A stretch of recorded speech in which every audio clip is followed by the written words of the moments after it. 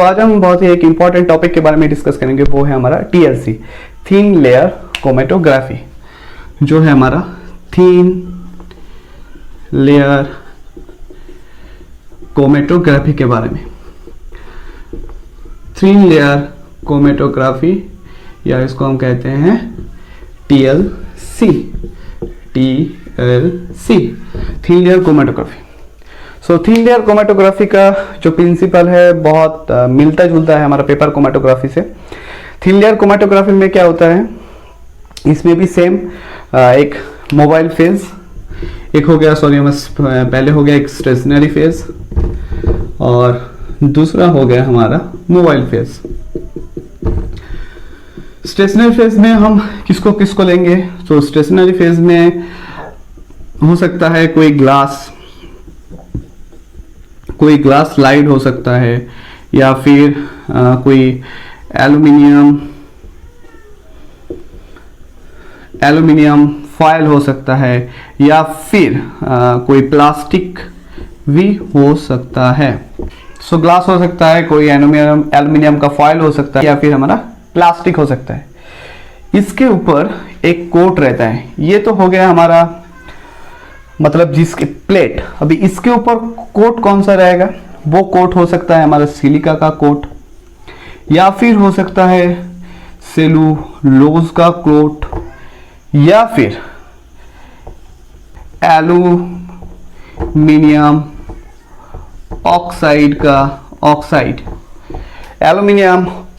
का कोट भी रहता है। सिलिका का कोट रह सकता है, सेलुलोज का कोट रह सकता है, या फिर एल्यूमिनियम ऑक्साइड का coat. Most of the cases में क्या होता है, यूज किसको कहते हैं, सिलिका का और ग्लास स्लाइड। ये तो हो गया स्टेशनरी फेज। मतलब स्टेशनरी फेज में कौन आया, स्टेशनरी फेज में आया हमारा सिलिका, एल्यूमिनियम, प्लास्टिक। ये हो गया उसका प्लेट, मतलब ये हो गया सपोज प्लेट। ये सिलिका ग्लास का हो सकता है, एल्यूमिनियम का हो सकता है, या प्लास्टिक का हो सकता है। दूसरी तरफ इसके ऊपर एक कोट लगता है, वो थिन लेयर। इसके लिए इसको हम कहते हैं थिन लेयर। मतलब सिलिका, सपोज हम पकड़ते हैं सिलिका को, तो सिलिका का एक पतला थिन लेयर रहता है, ये जो ग्लास जो स्लाइड है इसके ऊपर, इसलिए इसको हम थिन लेयर क्रोमेटोग्राफी कहते हैं। ये तो हो गया हमारा stationary phase. Mobile phase, stationary phase का जो कैरेक्टरिस्टिक है, स्टेशनरी फेज का जो कैरेक्टरिस्टिक्स है वो मोबाइल फेज से characteristic different. Suppose stationary phase हो गया हमारा पोलर, स्टेशनरी फेज हो गया पोलर। मोबाइल फेज का होगा, क्या होगा हमारा नॉन पोलर। अगर स्टेशनरी फेज पोलर हुआ, ये नॉन पोलर। अगर स्टेशनरी फेज हमारा नॉन पोलर है तो मोबाइल फेज हमारा क्या होगा, polar. Most of the cases जो स्टेशनरी फेज वो होता है पोलर। लाइक पकड़ लो आप सिलिका को, और जो हमारा नॉन पोलर मोबाइल फेज हमारा नॉन पोलर देख लेते हैं हम, हैप्टेन। ये हो गया नॉन पोलर। बेसिकली ये हो गया दोनों फेज हमारा मोबाइल और स्टेशनरी फेज। अभी नेक्स्ट हम देखते हैं मतलब ये कैसे काम करता है, थिन लेयर जो क्रोमेटोग्राफी है ये कैसे काम करेगा। तो पहले तो हो गया हमारा प्लेट को तैयार करना होगा। ये जो प्लेट, ये हो गया सपोज हमारा प्लेट, स्टेशनरी प्लेट। ये प्लेट में हम सिलिका, मतलब ये ग्लास स्लाइड है, ये ग्लास का एक प्लेट। अभी इसके ऊपर हम सिलिका प्लस जिप्सम का मतलब क्या है, ये है हमारा कैल्शियम सल्फेट, इसको हम कहते हैं जिप्सम। प्लस इसके साथ हम वाटर को मिक्स करके एक थिन लेयर बनाते हैं, और इस जो थिन लेयर है इसके ऊपर हम इसको हम जो प्लेट है इसको हम लैब में भी बना सकते हैं, या फिर हम इसको मार्केट से भी परचेस करके जो एक्सपेरिमेंट वो कर सकते हैं। जो मार्केट में जो हमारे TLC प्लेट मिलता है उसमें एक एडवांटेज ये है कि उसका जो यूनिफॉर्म, मतलब वो ठीक तरह से जो ये लेयर है वो यूनिफॉर्मली डिस्ट्रीब्यूट होता है, तो जो हमारा रिजल्ट भी आता है वो भी एक्यूरेट आता है इन केस ऑफ। ये तो हो गया हमारा प्लेट के बारे में। अभी प्लेट के बारे में, ये तो प्लेट हमारा तैयार हो गया। इस प्लेट को हम क्या करेंगे, अभी इसको एक मार्क करेंगे, किसके साथ, पेंसिल के साथ। सपोज एक मार्क करेंगे, इसका जो बॉटम एरिया है इससे 1.5 सेंटीमीटर ऊपर हम पेंसिल से ऐसे करके एक मार्क कर दिया। मार्क करने के बाद सपोज हम यहाँ पर सैंपल डालते हैं, सैंपल यहाँ पर, तो ये हम इजीली समझने के लिए सिर्फ अभी सैंपल इधर डाल रहे हैं। ये है mixture of the component. TLC का काम क्या है, क्रोमेटोग्राफी का, कोई मिक्सचर ऑफ कंपोनेंट हम उसमें डालेंगे। अभी मिक्सचर ऑफ कंपोनेंट, कोई स्पेसिफिक कंपोनेंट, उस जो मिक्सचर ऑफ कंपोनेंट है उससे हमें कोई स्पेसिफिक कंपोनेंट को हमें स्पेसिफिक कोई सैंपल को अलग करना है, इसलिए हम टीएलसी को करते हैं। तो इस मिक्सचर ऑफ कंपोनेंट से सपोज हमें कोई स्पेसिफिक कंपोनेंट या प्रोडक्ट को हमें सेपरेट करना है, ठीक है। सो ये पेंसिल से हम क्यों करते हैं, ये मार्क पेन से क्यों नहीं कर सकते, क्योंकि अगर हम इसको पेन से करेंगे तो पेन का जो इंक है वो भी यहाँ पर जो मोबाइल फेस जब मूव करेगा उसके साथ भी मूव करता है, तो हमारा एक्सपेरिमेंट चौपट हो सकता है, इसलिए हम सिर्फ पेंसिल से इसको मार्क करते हैं। अभी सैंपल देने के बाद इसको ड्राई करेंगे, कॉम्प्लीटली ड्राई करना होगा। सैंपल देने के बाद ये जो प्लेट है सैंपल के साथ इसको कॉम्प्लीटली ड्राई करने के बाद एक ग्लास चेम्बर रहता है, एक ग्लास चेम्बर।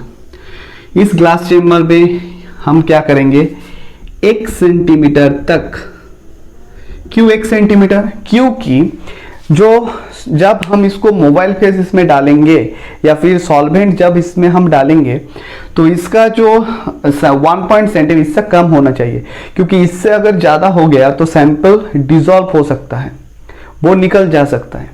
सो इससे कम डिस्टेंस तक हम मोबाइल फेस या सॉल्वेंट को लेंगे। तो हम सपोज सॉल्वेंट को लेने के बाद इसके ऊपर हम प्लेट को डाल देते हैं।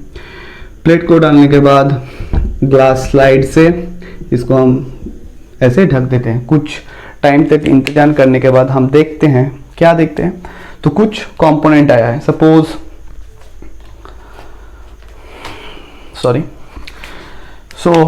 एक कंपोनेंट, एक सैंपल हमारा इधर आ गया, दूसरा सपोज आ गया हमारा इधर।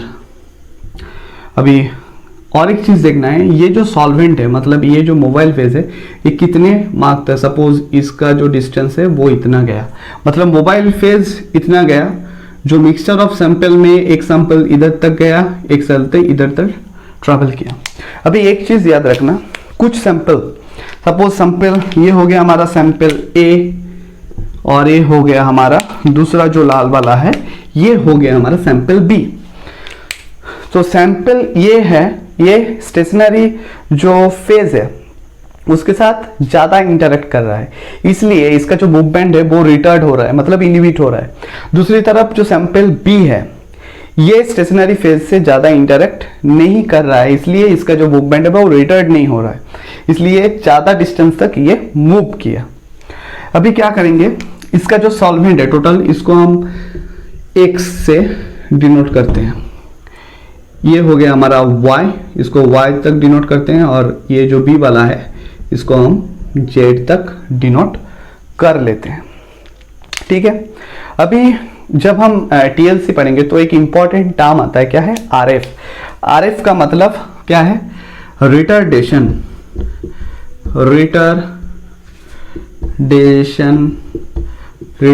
फैक्टर, या फिर इसको हम कह सकते हैं रिटेंशन फैक्टर। इसको हम रिटार्डेशन फैक्टर या हम रिटेंशन फैक्टर इसको कहते हैं। सो शॉर्ट फॉर्म इसका क्या है, RF। ये एक इंपॉर्टेंट है। अभी क्या हम जो B, सपोज जो सैंपल A है उसका रिटार्डेशन फैक्टर कैसे निकालेंगे, तो रिटार्डेशन फैक्टर निकालने के लिए एक चीज याद रखना है, distance moved bye spot divided by distance moved by solvent. So solvent कितना तक मूव किया और स्पेसिफिक स्पॉट सपोज ए और बी कितना देते, तो सपोज हम निकालने वाले हैं ए का। सो RF वैल्यू ऑफ ए में क्या होगा, डिस्टेंस मूव बाय स्पॉट कितना, तो ये हो गया A, total distance moved by solvent ये कितना, तो हो गया x। अभी बी के बारे में देख लेते हैं।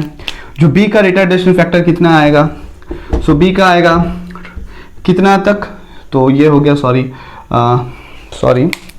थोड़ा सा गलत हो गया, टोटल तो x है पर ये तो हो गया हमारा y, ये हो गया हमारा y, टोटल डिस्टेंस ये हो गया y, मतलब retardation factor RF value of a का कितना y/x, क्योंकि ये डिस्टेंस कितना है y, ये डिस्टेंस कितना है y, और b का डिस्टेंस कितना है तो z, तो इसमें क्या होगा z/x। सो ये हो गया हमारा रिटार्डेशन फैक्टर।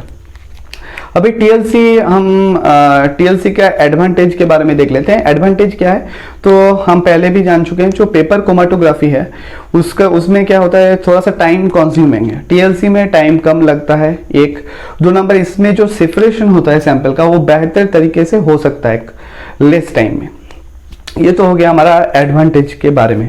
अभी और एक चीज़ है जो इम्पोर्टेंट है, यहाँ पर आप तो देख सकते हैं इजीली आप आइडेंटिफाई कर चुके हैं कि ये ए सैंपल है, ये बी सैंपल है। इजीली आप कलर देख के यहाँ पर आप अंदाजा लगा सकते हैं ये ए सैंपल है, ये बी सैंपल है।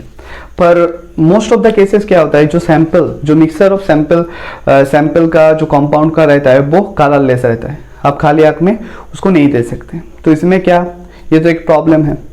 तो इस प्रॉब्लम सॉल्व के लिए क्या होता है, जब हम ये थिन लेयर, मतलब जब ये प्लेट हम प्रिपेयर करते हैं, स्टेशनरी जो प्लेट है प्रिपेयर करने के टाइम इसको प्री कोटेड किया जाता है, किसके साथ, प्री कोटेड किया जाता है एक फॉस्फोर, जिसको हम कहते हैं फॉस्फोर। फॉस्फोर का नाम क्या है, जिंक सल्फाइड। जिंक सल्फाइड नाम का इसको हम कहते हैं फॉस्फोर। ये क्या कहता है, जब हम टीएलसी जो प्लेट थिन लेयर बनाते हैं उसके साथ ये ऑलरेडी दिया हुआ होता है, ये प्री कोटेड होता है। ये फॉस्फोर देने का फायदा क्या है, अभी ये जो प्लेट है, ये प्लेट को जब हम चेंबर में डालेंगे, सपोज यूवी चेंबर में जब इसको डालेंगे, ये जो प्लेट है ये इसको फ्लोरोसेंस से, मतलब इसका एक लाइट दिखने हमें मिलेगा। तो ये एक लाइट दिखाई देगा किसमें, जब हम इसको यूवी चेंबर में डालेंगे। सो यूवी चेंबर डालेंगे, सपोज हम देखेंगे यहाँ पर एक स्पॉट है, यहाँ पर एक स्पॉट है, तो आप इजीली उसके अंदर हम पेंसिल में जाके मार्क करके उसको बाहर लेके आ सकते हैं इजीली। तो फॉस्फोर तो ऑलरेडी प्री कोटेड। सो यूवी लाइट में ये जो फॉस्फोर है, जिंक सल्फाइड है, यूवी लाइट में हमें दिखाई देता है स्पॉट को। कैसे, तो डार्क स्पॉट, जो स्पॉट होता है वो कैसा होता है, तो डार्क स्पॉट होता है। क्यों डार्क स्पॉट, क्योंकि स्पेसिफिकली जो स्पॉट है, ये स्पॉट डार्क स्पॉट क्यों होता है, क्योंकि उस जगह पे अभी फॉस्फोर जो जिंक सल्फाइड जो है वो अभी नहीं है। उस जगह को कैप्चर अभी कौन कर लिया, उस जगह को अभी कैप्चर कर लिया हमारा जो स्पेसिफिक सैंपल है उसने। इसलिए वो तो सैंपल जो फ्लोरोसेंस नहीं दे सकता, इसलिए वो डार्क स्पॉट के जैसा दिख रहा है। दूसरा प्रोसेस भी है, एक है हमारा एसिड ट्रीटमेंट। एक तो हो गया हमारा यूवी लाइट से हम इसको जो स्पॉट को वो आइडेंटिफाई कर सकते हैं। नेक्स्ट है जो यूवी ट्रीटमेंट, नेक्स्ट है हमारा जो एसिड ट्रीटमेंट। नेक्स्ट जो है एसिड ट्रीटमेंट। एसिड ट्रीटमेंट में क्या होता है, एसिड ट्रीटमेंट मतलब जो प्लेट आया उस प्लेट को हम डिप करेंगे, डिप करने के बाद एसिड में उसको डिप करने के बाद उसको ड्राई करेंगे, ड्राई करने के बाद उस प्लेट को गरम करेंगे और उसके बाद क्या होगा, ब्राउन स्पॉट दिखाई देगा, ब्राउन स्पॉट। सो इजीली हम स्पॉट को आइडेंटिफाई कर सकते हैं। नेक्स्ट हमारा और एक है आयोडीन वेपर ट्रीटमेंट। ये जो आयोडीन वेपर ट्रीटमेंट है, ये स्पेसिफिकली हम जो अगर कंपाउंड में, अगर ये जो कंपाउंड है इस कंपाउंड में अगर कार्बन का डबल बॉन्ड रहता है तो उस केस में हम आयोडीन वेपर ट्रीटमेंट यूज करते हैं। अभी ये तो हो गया हमारा विजुलाइज के बारे में। सो टीएलसी का मेन पर्पस यही है, सपोज किसी कोई टॉक्सिक सब्सटेंस है वाटर या किसी फूड में कोई टॉक्सिक सब्सटेंस है, पेस्टिसाइड्स है, तो उसको आइडेंटिफाई करने के लिए हम टीएलसी यूज करते हैं। या फिर कहाँ पर कोई प्लांट एक्सट्रैक्ट दिया गया है, उस प्लांट एक्सट्रैक्ट डिफरेंट कंपोनेंट को हमें आइडेंटिफाई करना है, उसको आइडेंटिफाई करने के लिए भी हम टीएलसी को यूज करते हैं। Thank you.